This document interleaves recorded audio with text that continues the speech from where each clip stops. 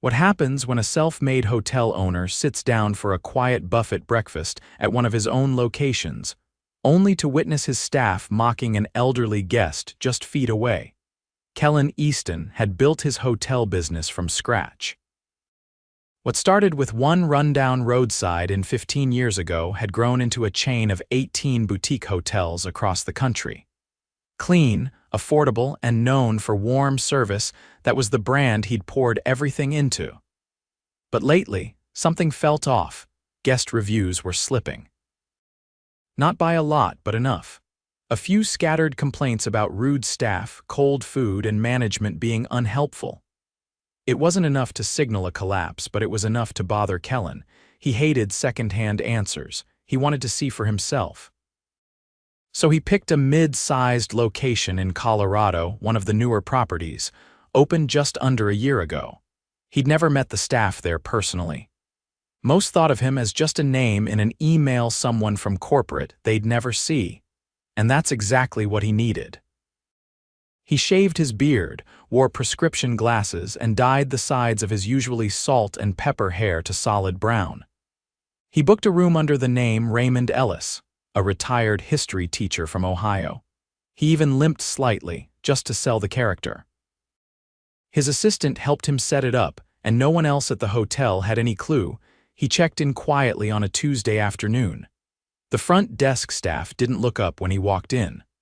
One of them, a woman in her 20s with sharp eyeliner and a bored tone, slid the key card across the counter. Room 213. Breakfast is in the dining hall from 6 to 10. Don't be late, they hate cleaning up after stragglers, she said, not even glancing at him. Kellen nodded slowly. Thank you.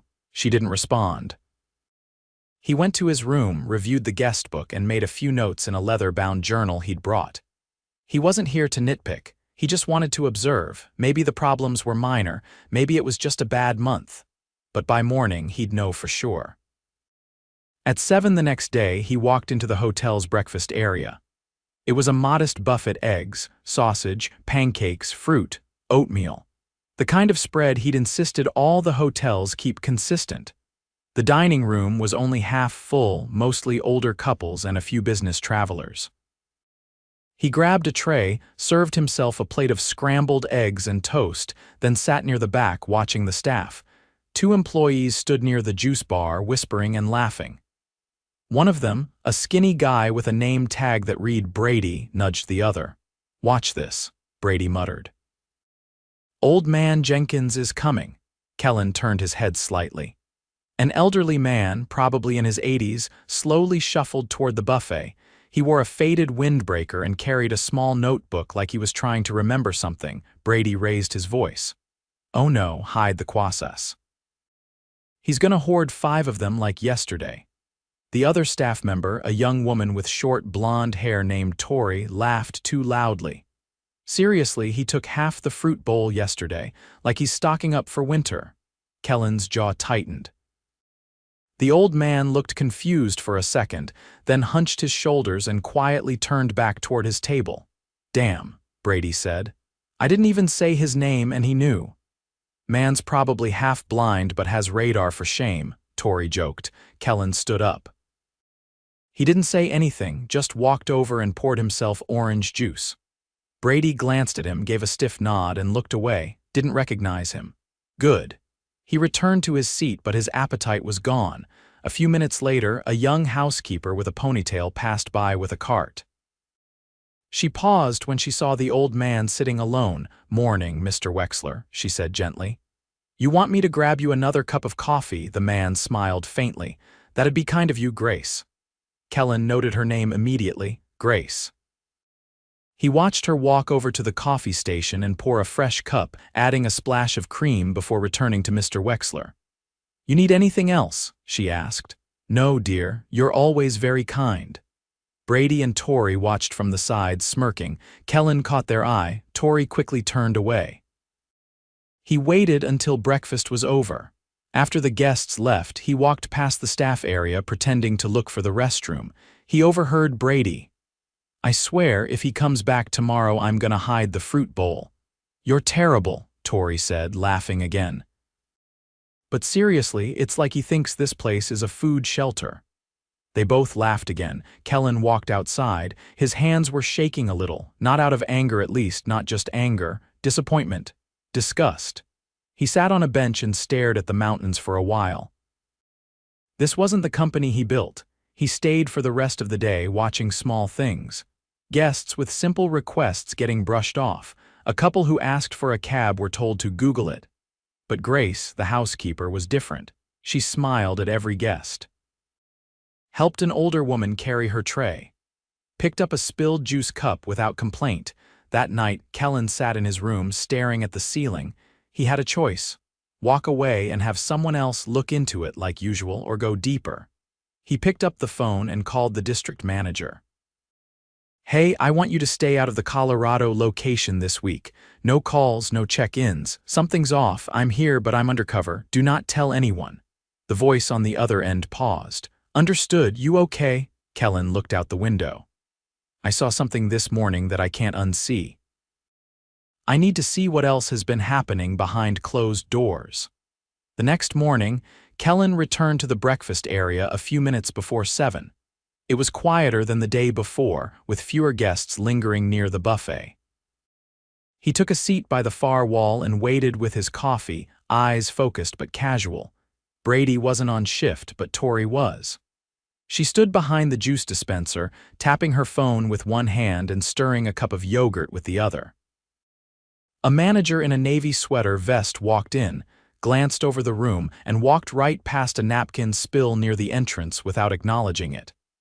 A guest nearly slipped on it 2 minutes later. Kellen stood and grabbed a stack of napkins from the supply shelf himself, bending down slowly to cover the spill. As he straightened, the sweater-vested manager finally noticed him. "You okay there, sir?" "Just didn't want someone falling," Kellen said. "Looked like an accident waiting to happen." The manager gave a short nod, then moved on without a word of thanks. A middle-aged couple walked in and he turned his attention to them, greeting them with a scripted tone. After breakfast, Kellen lingered near the elevator bank. Grace passed by with her cart, wiping her brow with the back of her wrist.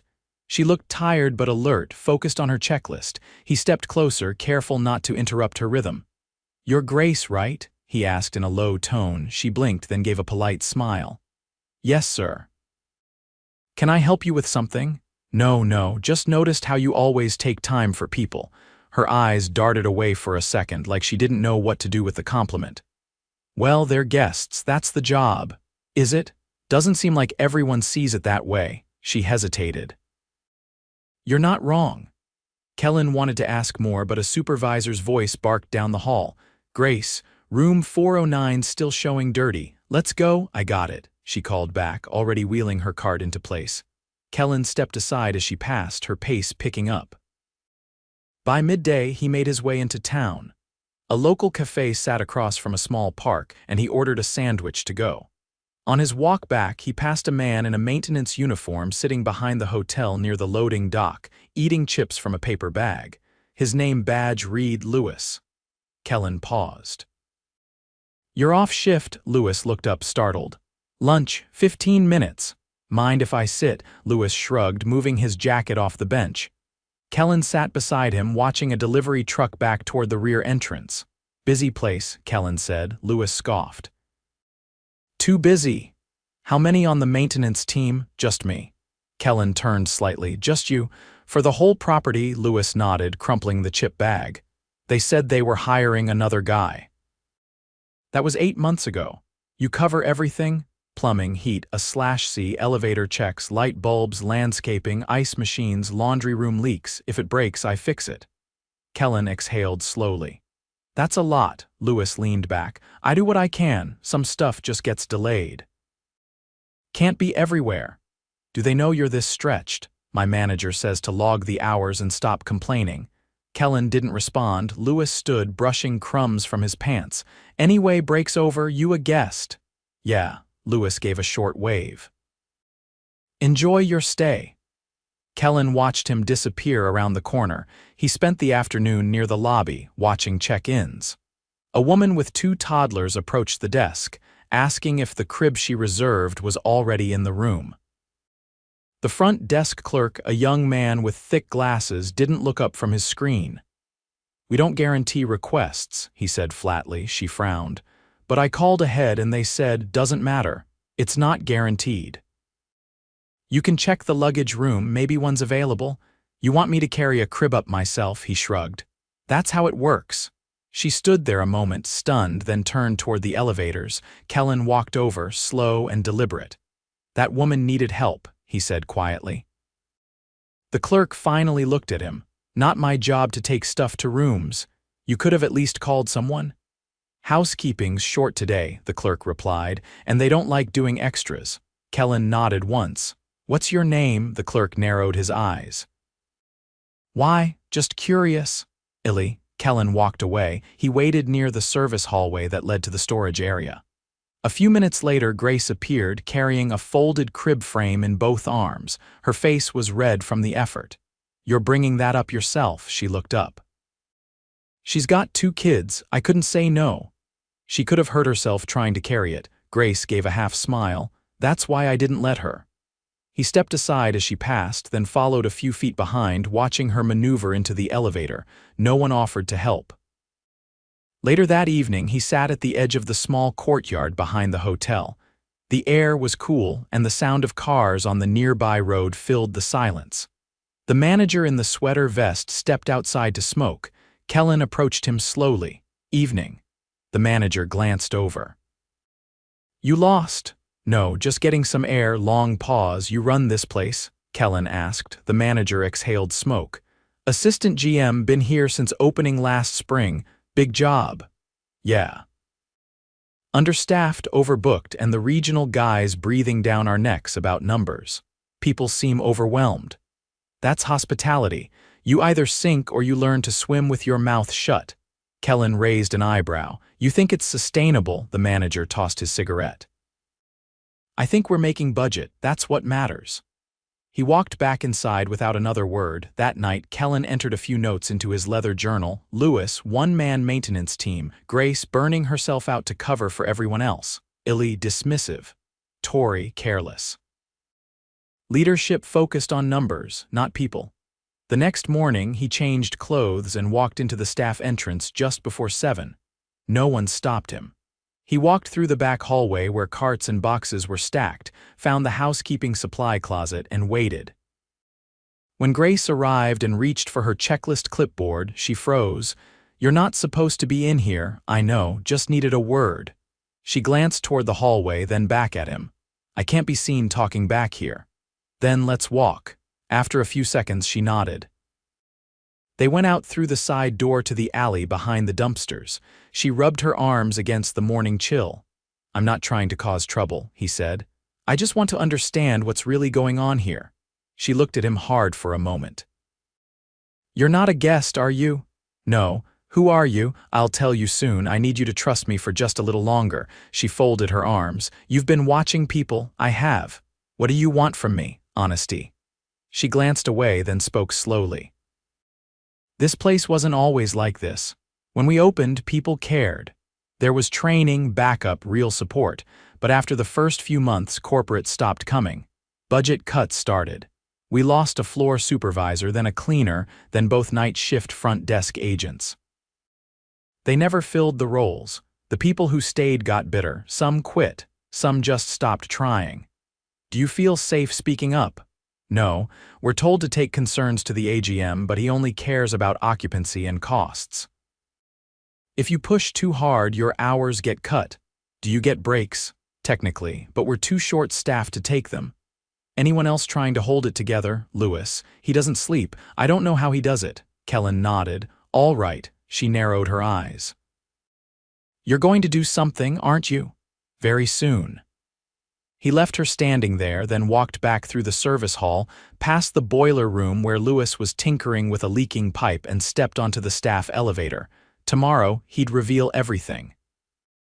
But today, he would watch one last time, not just to see who was failing, but to find out who still believed.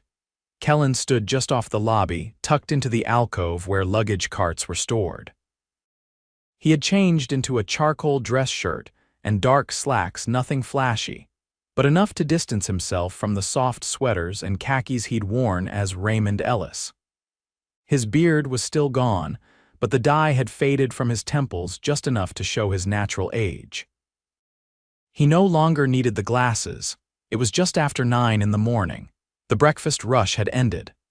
A few guests lingered near the elevators, but most had checked out or were preparing to. He waited until the hallway cleared. Then he stepped forward toward the front desk. The same clerk from 2 days ago, Ali was typing rapidly into the reservation system. A thin cord dangled from one ear, playing music he clearly didn't pause. Kellen stopped in front of him and waited. Ali didn't look up. Kellen didn't move. After another 10 seconds, he finally spoke. "You're Illy?" Illy blinked, then looked up. "Yeah, can I help you? I'm not a guest anymore." A pause. "I'm Kellen Easton."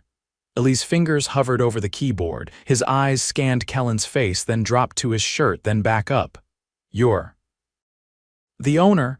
The color drained from Illy's face. Kellen kept his tone even. "Take out the earbuds. Now." Illy yanked them out with a fumbling hand. "I want you to call your assistant general manager to the front desk, immediately. And stay right here until he arrives." Illy nodded stiffly and reached for the phone. Kellen turned and walked toward the dining area. Staff were beginning to clear tables. Grace was at the far end, wiping down a high chair. She didn't notice him at first. He approached quietly. "You're going to want to come with me," he said. She turned, startled.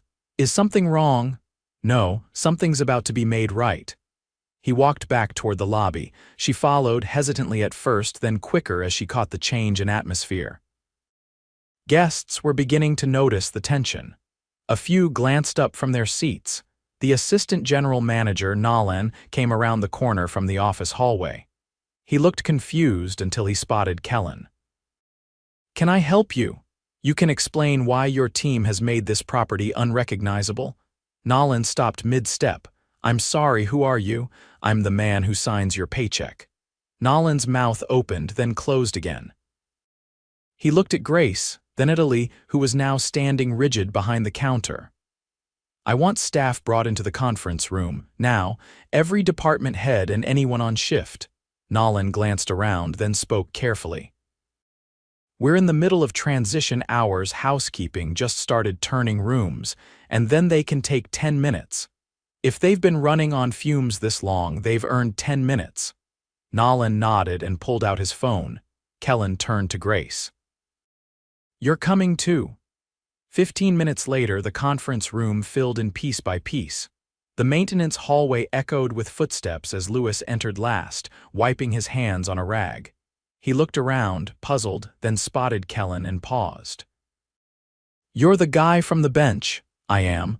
Lewis took a seat without another word. Kellen remained standing.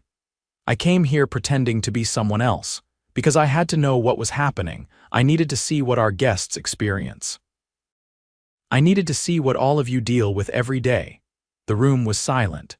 Some staff exchanged glances, but no one spoke. "I saw people doing more than their job should ever ask. I saw someone carrying a crib up 3 floors without a single offer of help.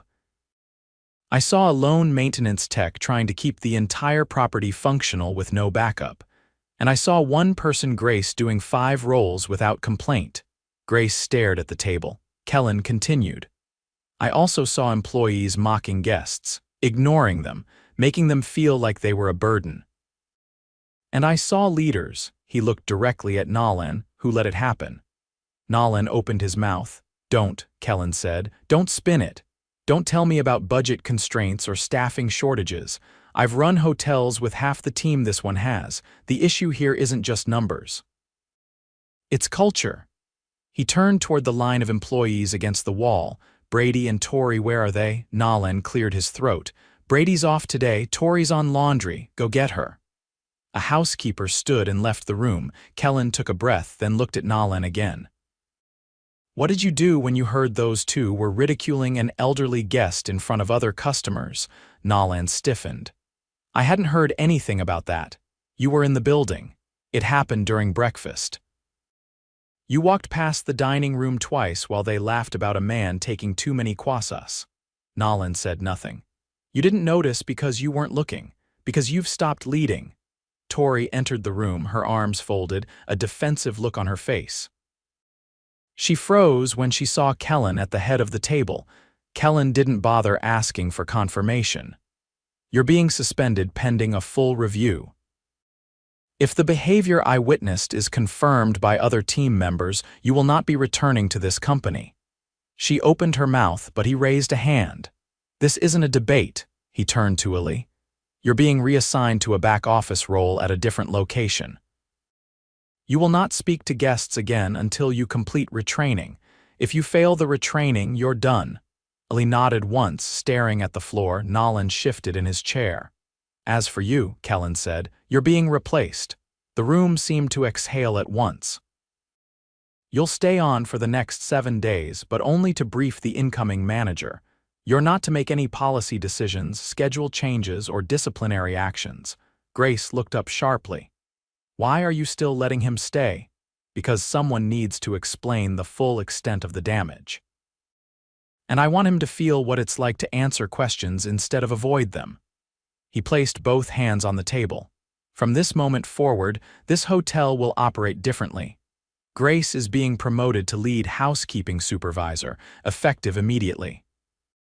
She'll be provided with 2 additional staff within the next month and will work with the new GM to rebuild the team. He looked at Lewis. You're getting a second technician, starting next week. Until then, we're bringing in a float tech from another property to help with the backlog. Lewis blinked slowly, then gave the smallest nod. Kellen turned to the rest of the room. For those of you who have been trying to hold the line, who have kept showing up even when no one noticed, thank you. That ends now, I see you. And more importantly, you'll be heard moving forward. We're implementing a direct feedback channel to my office. Any retaliation for using it will be grounds for termination. He leaned back slightly. This company was built on one principle, people first, not margins. Not occupancy. People, somewhere along the line that got lost here, and that's on me too. I was too far removed. That ends today. He let the silence settle. Any questions? No one spoke. He nodded. Then let's get back to work. As the room emptied, Kellen remained behind. Grace lingered near the door. You meant all of it? Yes, she hesitated. Then I'll stay. Lewis passed her in the hallway and gave her a quiet nod. By late afternoon, the tone of the hotel had already shifted. It wasn't fixed. Kellen knew better than to expect that, but the air was different.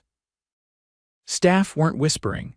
No one avoided eye contact. Even guests at the front desk got fuller answers, offered with something close to warmth. Kellen stood near the window in the second-floor office, watching the valet guide a guest's car to the side lot. He didn't feel triumphant. He felt responsible. And for the first time in a long while, he also felt present. 2 weeks had passed since Kellen Easton revealed himself. The new general manager, a seasoned operator named Dana Trujillo, had arrived 3 days earlier. Kellen had personally selected her after reviewing internal candidates and rejecting all of them. He wasn't looking for someone who could maintain status quo. He was looking for someone who could rebuild trust from the inside out. Dana didn't wear suits. She wore plain button-down shirts with the sleeves rolled, and she knew every corner of hotel operations. By the end of her first day, she had walked every floor, learned every department name, and sat with the night crew during their break. Kellen had watched quietly from the side. She didn't posture, didn't perform. She just listened. That morning, Kellen returned to the breakfast area not as Raymond Ellis this time and not to surveil. He was there to meet with Grace and Lewis. Both had requested a sit-down with Dana, but she'd asked Kellen to join as well. He arrived early, coffee in hand. Not one employee ignored him now. The staff didn't seem tense anymore, just cautious, like they were still waiting to see if the changes would hold. Grace entered first. She looked sharper now in a navy blouse and slacks. Her badge had been updated with her new title, but her eyes still carried the same vigilance. She took a seat across from him without hesitation. Lewis came in a few minutes later. His uniform had been replaced with a dark gray shirt bearing the updated maintenance logo. He still walked with the same heavy steps, but his expression had shifted. He looked like a man who had exhaled just a little. Dana followed, carrying a tablet. She didn't bother to sit at the head of the table. She sat beside Louis. Kellen nodded once. "Thanks for making time." Grace folded her hands. "We wanted to talk about how to make the changes stick. It's not just about new hires or titles. People are still on edge." "That's natural," Dana said. "You've been operating in survival mode. It's going to take more than a few policy shifts to convince people this isn't temporary." Louis leaned forward. "I'm not asking for miracles, but we need to set limits. I've started logging every call and work order. There are still too many requests for one person." Dana tapped the tablet. "I've reviewed the logs. You average 18 maintenance tickets a day. No backlog should be that deep. I reached out to corporate this morning. We're pulling in a part-time technician from the Denver location until we finish hiring a permanent second." Grace blinked. "They agreed." "They don't have much choice," Dana said. "I sent them pictures of the boiler room. That leak you patched with insulation foam, that alone justified the request." Louis nodded slowly. "It's holding for now, but not forever. It won't need to. The replacement part's already en route." Kellen looked at Grace. "What about your team?" She hesitated. "I've got 3 housekeepers on rotation now. It's better than 2, but we're still stretched. Rooms are clean but not polished. Towels are late getting restocked. We need at least one more person, even just for laundry." Dana made a note. "We've got interviews scheduled this weekend. I want you to sit in on them." Grace's eyes widened. "Me? You're the one they'll be working with. Your input matters more than mine." Louis gave a short laugh, not unkind. "That's a first." Dana looked at him. "That's how it should have always been." Kellen folded his arms. "This is what I want to see, department heads and frontline staff in the same conversation, speaking freely." Grace looked at him. "People still talk about what happened. About you being here in disguise. Some of them feel guilty, others feel embarrassed." "They should," Kellen said. "But only if they stop there.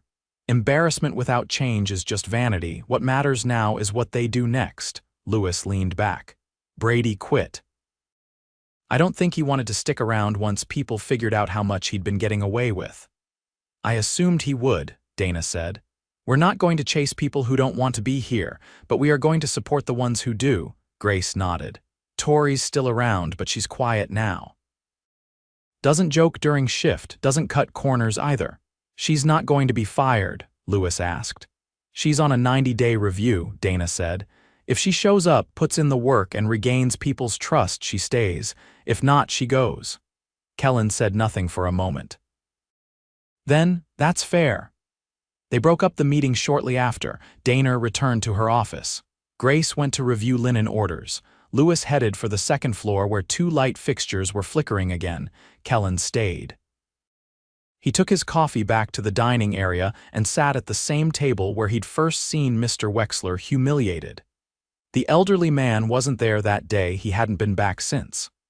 Kellen had tried reaching out through the reservation records but came up short. No listed phone number, no email. He hoped the man's last memory of the place wasn't the sound of staff laughing behind his back. A young server approached the table. She was new. Kellen hadn't seen her before. Her name tag read Lena. "Can I clear that for you?" "I'm still working on it, thanks." She hesitated. "You're the owner, right?" "Yes." She shifted her weight. "I just wanted to say this place feels different now. People actually ask how I'm doing when I clock in. Never happened before. That's good to hear." She gave him a small nod and walked off. Kellen stood and walked toward the lobby. At the front desk, a guest was asking for directions to a local trail. Ellie, now stationed at the concierge counter, was answering her with a printed map and a recommendation for nearby coffee. He'd kept his head down since the reassignment, but he'd passed his retraining and hadn't missed a single shift. Kellen didn't interrupt. He walked past them quietly, stepping outside into the crisp mountain air. The parking lot was clean, the landscaping trimmed. A delivery van pulled in and the driver waved as he passed. Kellen waved back. He stood there for a few minutes, watching the rhythm of the place. It wasn't perfect, it wouldn't be anytime soon, but it was healing. That was enough for now. He reached into his coat pocket and pulled out the small leather notebook he'd used during his undercover stay. He opened it to the last page, where only one line had been added since his reveal.